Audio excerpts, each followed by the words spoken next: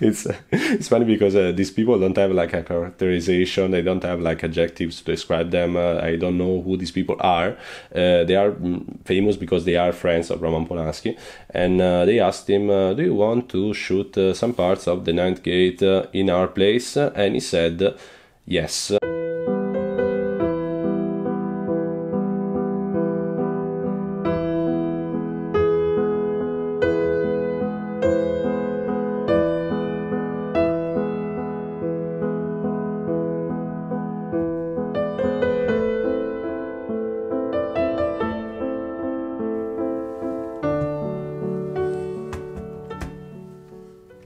Hi guys, Jonathan here, and I hope that everything is good with you.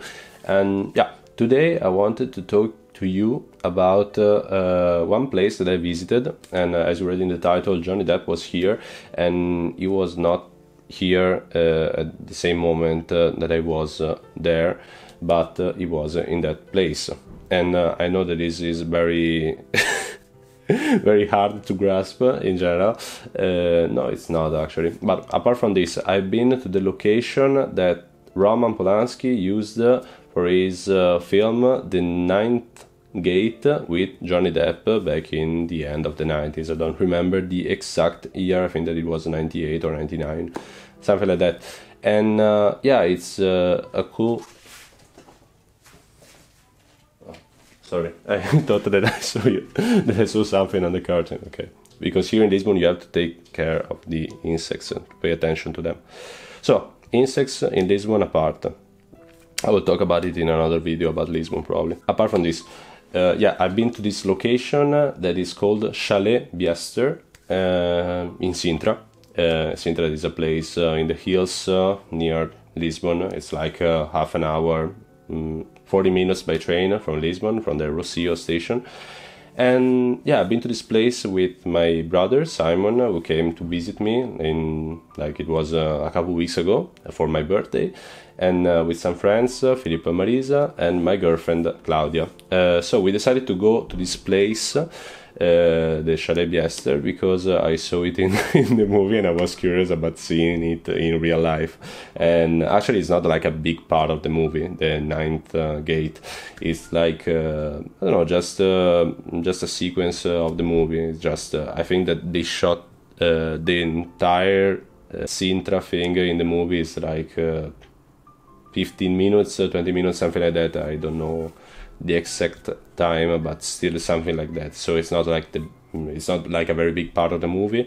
But you know, I actually watched this movie for the first time a few years ago, before coming to Portugal, before knowing what Sintra even was. And I don't know, I always felt interested about this place. I always felt like I wanted to see this place, this castle, this palace, call it however you want. And yeah, I finally had the chance to go and see it and visit it actually, because the entrance is something like 10 euros per person, and it's not actually just a palace, because from the movie I thought that it was like that there was this sort of gate and then with the garden, the little garden in front of the palace with the entrance and then the actual palace. But actually the entrance of the whole thing is the gate is still there, but you can't get inside from that gate from the road, at least for us the visitors.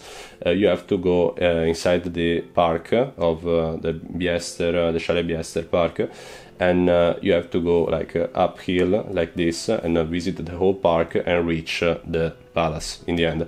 So it's you know, it's an interesting tour, because in Sintra what I liked most was the Quinta Regaleira, and I still like it, but I think that probably because it's a less touristy place, probably it's because of this, but I think that it's more curated, that it's more, I don't know, it's I'm don't have a lot of adjectives for this, but I know the flowers are colorful, the leaves are green, and it's summer as well, it's normal.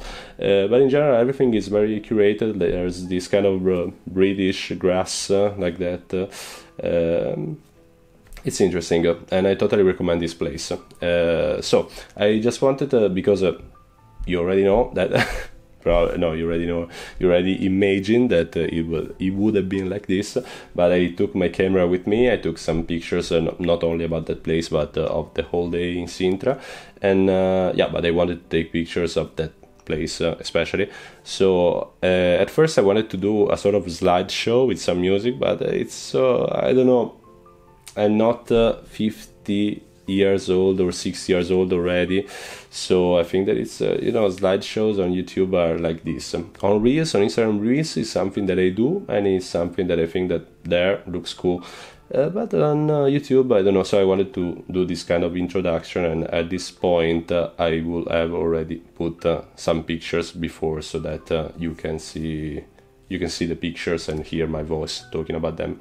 And talking about voice, I just bought this, that is the Rode blah blah, I don't remember the name, extender for the microphone cable, and I put the microphone here. So yeah, I think that the audio is better, but we'll see, because at the moment I'm recording the video, so I don't know, but probably, yeah, talking about physics, the audio source is here, not over there on the camera, so I think that it will look better.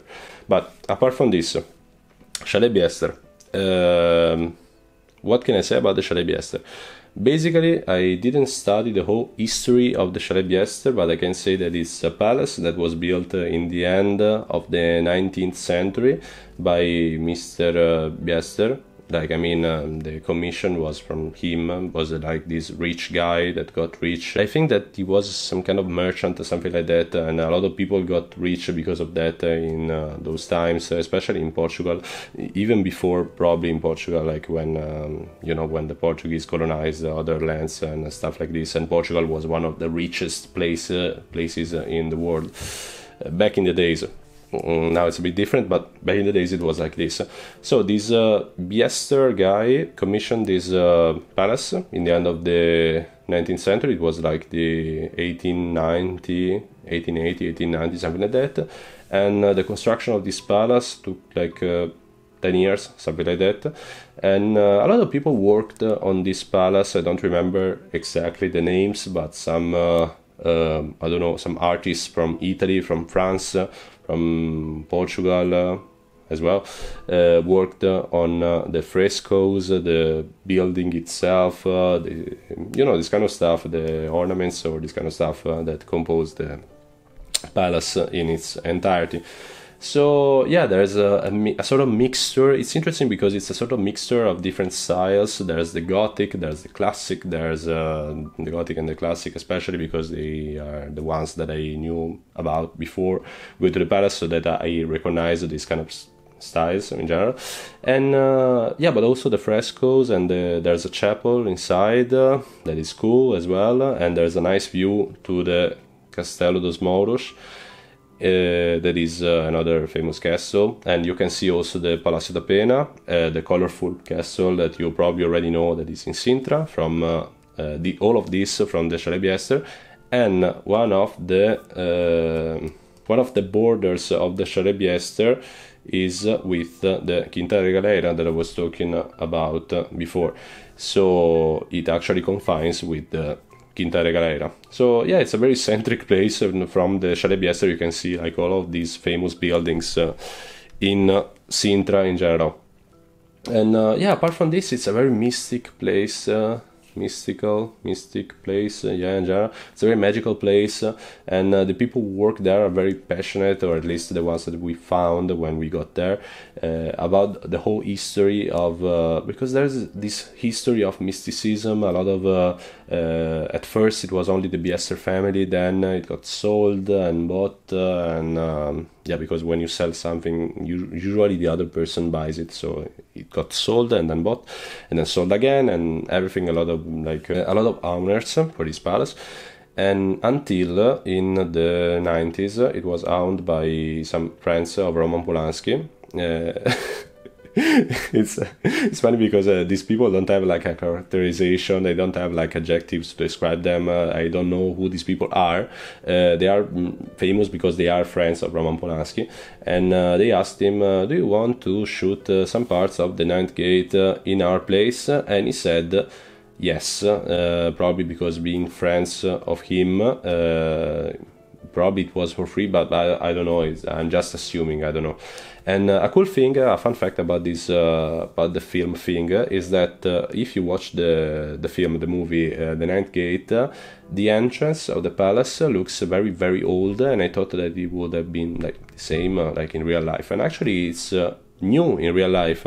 And the guide told us that for the occasion of the movie, they used like practical and also graphic effects to create this kind of old style texture on the walls, on the whole entrance of the palace, and also the inside was looked very dirty, very old, and yeah, actually it wasn't like this. So it's a fun fact about the film if you watched it. And if you didn't watch the film, when you will watch it, and possibly you will go to Sintra and visit the Chalet Biester, you will know about this. Most of you probably won't do all this process, but still you will know about this. So it's a very interesting place, a very magical place, a very, I don't know, it looks, it's a bit weird as a sensation. I don't know, because I got there and I already know about some legends, some stories, because there are a lot of horror stories based in Sintra. Sintra is actually, Sintra was called like this from, it comes the word Sintra from the word that the Romans used to call the moon. So it was a place for cults, like back into the pagan religions, the pagan cults, this kind of stuff. There's the whole story with the Templars, who had one of their base, one of their headquarters. I don't know how to say it, but you got the point. It was in Sintra, and especially in the Chalet Biester, like down going down in the, there's a sort of cave, something like that. There's a tunnel that connects the